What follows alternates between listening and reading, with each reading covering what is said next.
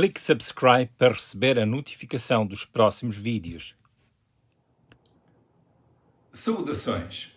O que fazer quando a verdade não combina com o que acreditamos? Sabemos que continuar numa crença que não tenha o seu parâmetro, a sua raiz e formação na verdade do Evangelho, que a probabilidade do tropeço e subsequente queda é real. O que fazer então onde houver uma disparidade entre a verdade e a crença?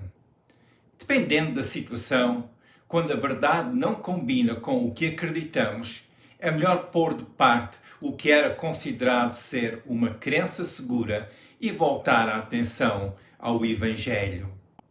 É o mesmo que dizer que a pessoa que, sem sucesso, procura chegar a um determinado lugar, que deve parar, voltar ao mapa e estabelecer de novo a rota que deve seguir. Nesta secção vamos considerar o testemunho pessoal do apóstolo Paulo. Como é que ele encarou a revelação de Jesus a quem ele perseguia, conforme nós lemos em Atos 9:5? O que fez Paulo ao compreender a mensagem do Evangelho de Jesus e que os discípulos de Jesus apregoavam? Que passos é que Paulo deu para entrar na salvação que é ofertada a todo o ser humano através de Jesus que morreu pelos pecados de todos nós naquela cruz do Calvário? Vejamos o que Paulo escreveu acerca da sua experiência. O apóstolo Paulo comentou sobre a sua experiência de pôr de parte certas crenças que tinha ao ter compreendido que tinha vivido em certa ignorância. Lemos em 1 de Timóteo, capítulo 1, versículo 13, que ele reconhecia que o seu passado estava marcado pela sua ignorância e incredulidade. Algum tempo depois da sua conversão a Jesus, estando ele na cidade de Atenas, Paulo explicou aos seus ouvintes que Deus não toma em conta os tempos da ignorância, mas que anuncia a todas as pessoas que se arrependam. Atos 17, versículo 30. Como iremos ver, Paulo é um exemplo do que é ter crenças religiosas que não correspondem com a revelação de Deus, nem com o que Deus estava a fazer. Falando sobre o seu padrão de vida antes de ter conhecido Jesus, Paulo disse que tinha sido zeloso e exemplar. Em Gálatas capítulo 1, versículo 14, lemos o que ele disse sobre o seu passado.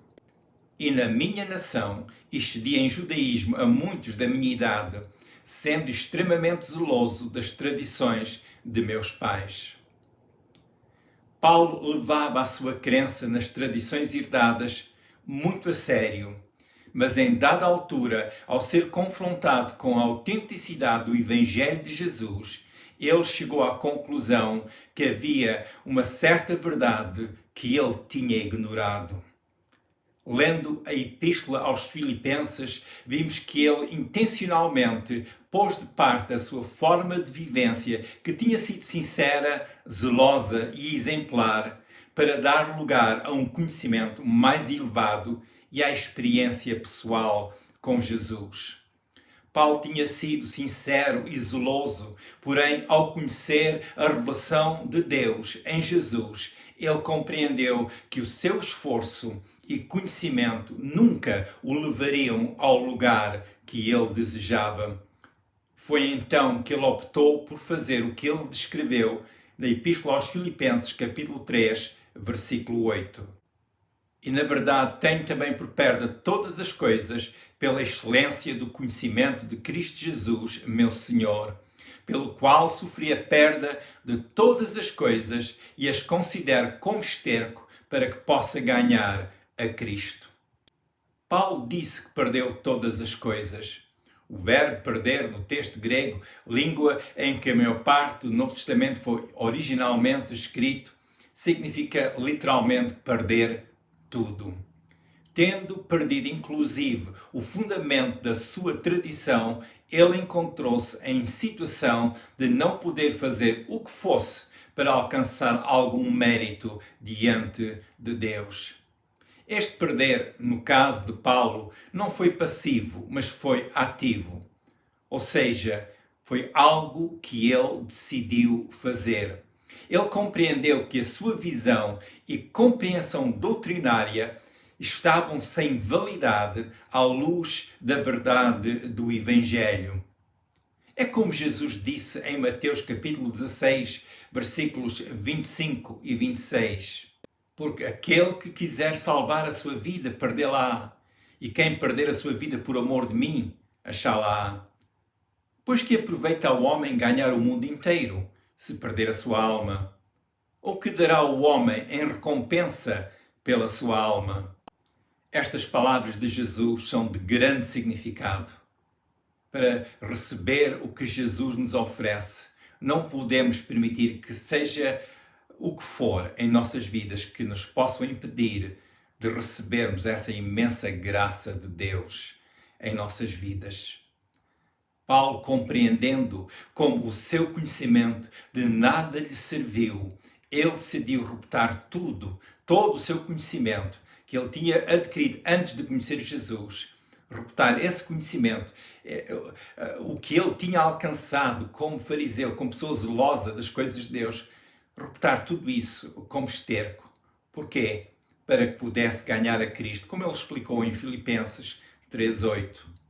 A palavra esterco no texto grego significa lixo, por já não ter mais utilidade ou préstimo algum. Esta expressão de Paulo é importante compreender, visto ele dar nos seus escritos muita ênfase à graça de Deus. É como se Paulo dissesse que tudo o que ele tinha conseguido alcançar através dos seus estudos e práticas religiosas, que nada disso tinha algum valor, de modo a alcançar a misericórdia de Deus e a sua salvação, porque era pela graça de Deus e não pelo esforço de Paulo. O desejo de Paulo passou a ser ganhar a Cristo. O que significa ganhar a Cristo? O verbo ganhar, usado por Paulo, era um termo mercantil usado naquela ocasião e significava trocar algo de menos valor por aquilo que é de valor maior. A compreensão de Paulo passou a ser a seguinte: todo esforço, investimento pessoal e reconhecimento alcançado no caminho em que antes seguia não era justificado perante o que ele recebeu de Cristo. Todo o predicado que Paulo tinha antes não chegava perto da medida da bênção que ele recebeu gratuitamente em Jesus.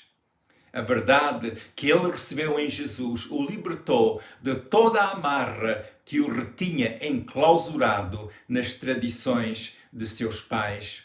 O que ele veio a descobrir e a desfrutar em Jesus era o resultado do qual a tradição antes era apenas uma imagem. Ou seja, ele seguia um sonho. Mas ao ter encontrado Jesus, ele encontrou e recebeu o real. Na sua antiga caminhada religiosa, ele tinha seguido um ideal conforme projetado pela tradição. Mas tendo tido encontro com Jesus, ele bebeu da água viva que Jesus dá, e conforme nós lemos no Evangelho de João, capítulo 4, versículo 14, e que diz assim: mas aquele que beber da água que eu lhe der nunca terá sede, porque a água que eu lhe der se fará nele uma fonte de água a jorrar para a vida eterna. Foi esta água que Jesus dá que lhe satisfez toda a sede, até este ponto de ele ficar saciado. Sim, o que ele procurava antes veio encontrar em Jesus, e a sua sede espiritual realmente foi saciada. Este testemunho do apóstolo Paulo faz lembrar a ilustração de Jesus acerca do valor do reino dos céus. Lemos no Evangelho de Mateus capítulo 13, versículo 44, que Jesus explicou que o reino dos céus é semelhante ao caso da pessoa que vendeu tudo quanto tinha para comprar um campo em que estava um valioso tesouro.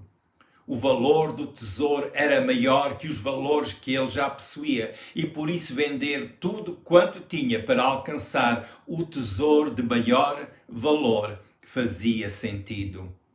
É interessante notar neste versículo que Jesus referiu o gozo que a pessoa teve por encontrar o tesouro.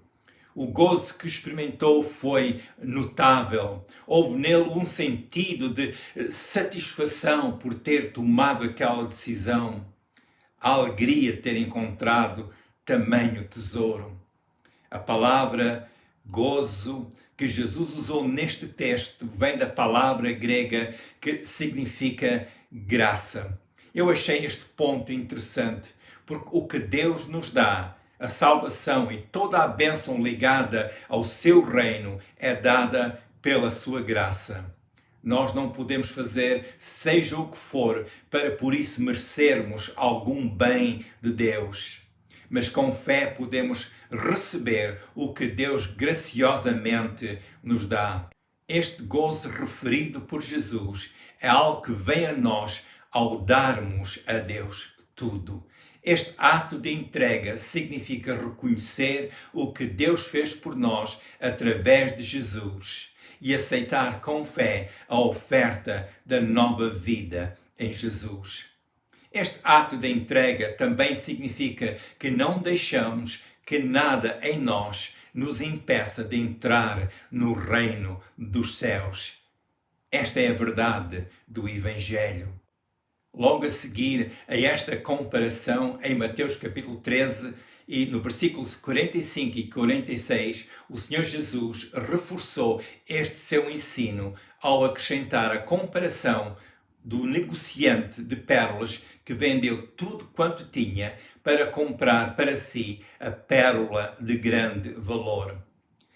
Esta pessoa abriu de mão de tudo quanto tinha para alcançar algo de maior valor. É interessante que Jesus referiu o negociante de pérolas.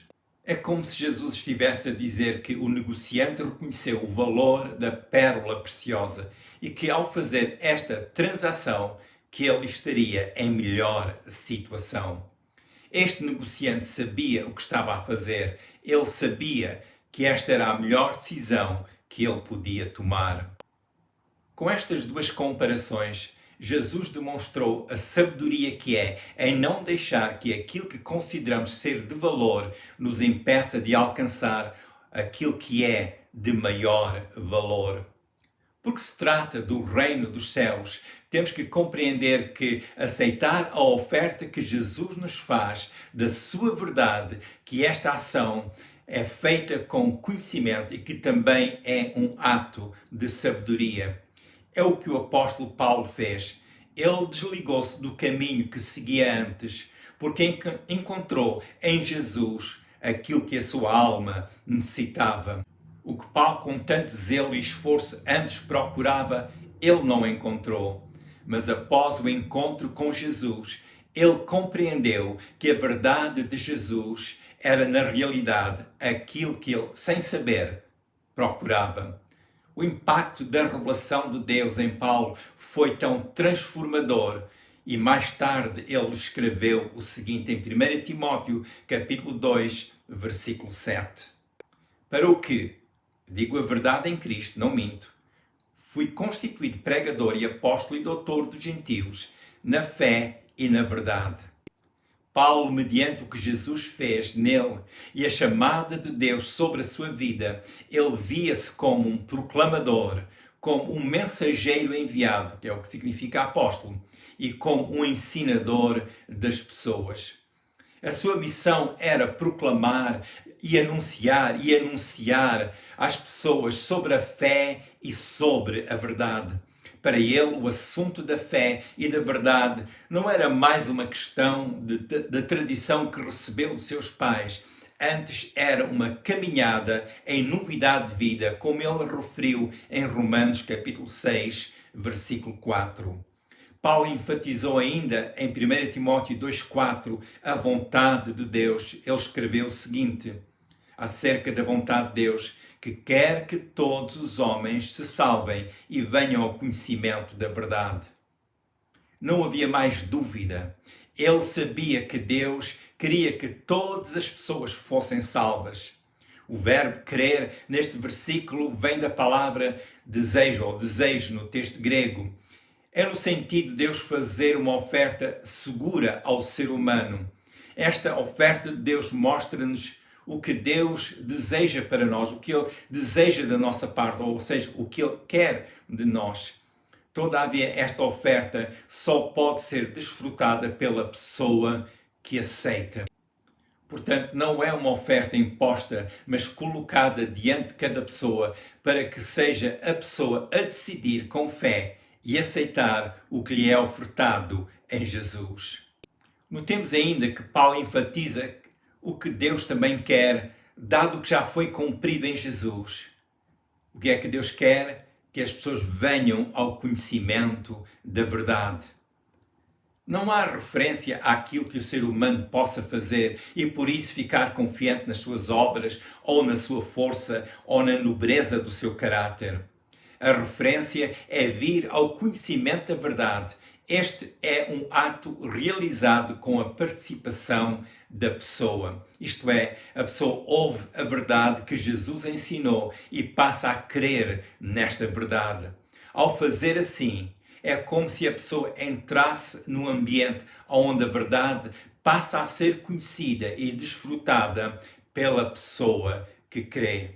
Vejamos ainda mais um versículo, Efésios 1:13. Em quem também vós estáis, depois que ouviste a palavra da verdade, o evangelho da vossa salvação, e tendo nele também querido, fostes selados com o Espírito Santo da promessa. Paulo, escrevendo aos cristãos da cidade de Éfeso, ele afirmou que eles estavam em Cristo depois de terem ouvido a palavra da verdade da nossa salvação. Estas pessoas ouviram a verdade do Evangelho e creram em Jesus. Posto isso, eles foram selados com o Espírito Santo da promessa, ou seja, o Espírito Santo que estava prometido aos que creem. Este ponto é muito importante compreender. É preciso agir perante a palavra da verdade, que é o Evangelho da nossa salvação. A pessoa que age pela fé, ou seja, ao ouvir o Evangelho, faz a sua entrega a Deus, essa pessoa é selada com o Espírito Santo. Essa pessoa, em termos espirituais, fica selada, querendo dizer com isso que é como se tivesse o selo de Deus, e na realidade tem o selo de Deus sobre a sua vida, e este selo é o Espírito Santo. Ficamos agora com esta pergunta: o que é que cada pessoa deve fazer? Eu um dia compreendi que eu necessitava de Jesus. O que os meus pais me ensinaram foi bom, mas eu precisei tomar a minha própria decisão para Jesus. Não na base de uma tradição, mas na base da revelação que é a verdade do Evangelho. Eu fiz o mesmo em relação aos meus filhos. Eles foram criados como cristãos, a fazerem as suas orações a Deus e a ler a Bíblia. Mas também lhes ensinei que era importante eles próprios tomarem a sua decisão pessoal e aceitar Jesus. É que os meus filhos não são cristãos porque eu os ensinei a ser cristãos. Eles seguem Jesus por sua decisão pessoal. Este ponto é importante porque, como Paulo diz, ele seguia fielmente a tradição dos seus pais, mas chegou a um ponto em que ele compreendeu que havia muito mais que Deus lhe tinha dado e não era na base de uma tradição, era na base do encontro pessoal que ele teve com Jesus e com a verdade do Evangelho. É que esta verdade do Evangelho não tem muralhas, é uma verdade exposta a todas as pessoas. Esta verdade não é condicionada, nem pode ser condicionada por uma tradição religiosa, mas está aberta a todas as pessoas. Será importante, se ainda não o fez, fazê-lo agora e dizendo ao Deus: eu aceito que Jesus morreu por mim na cruz do Calvário para me dar a salvação. Quero dizer a Deus que aceita a verdade do Evangelho, que é a revelação que Deus nos dá através do seu Filho Jesus Cristo, que morreu pelos nossos pecados na cruz. Diga: Senhor Jesus, eu te aceito como meu Salvador. Eu aceito a tua verdade do Evangelho. Isso é importante. Faça isso crendo que Deus o ouve. Também aconselho a ler a Bíblia, um pouco da Bíblia todos os dias, porque fazendo assim vai tendo a oportunidade para estudar e conhecer mais a palavra de Deus, e isso será muito importante para a sua formação como pessoa de fé. Fale também com Deus todos os dias, e sempre em nome de Jesus, porque é Jesus que morreu na cruz para nos salvar, e Ele é o único mediador entre Deus e os homens, diz a Bíblia. Também, logo que possa, frequente uma igreja, porque isso também será tão importante para a sua integração numa família de pessoas que procuram também conhecer mais o Evangelho de Jesus e crescer como discípulos de Jesus. Lembre-se que discípulos não nascem, discípulos são formados, são pessoas que são formadas no Evangelho de Jesus.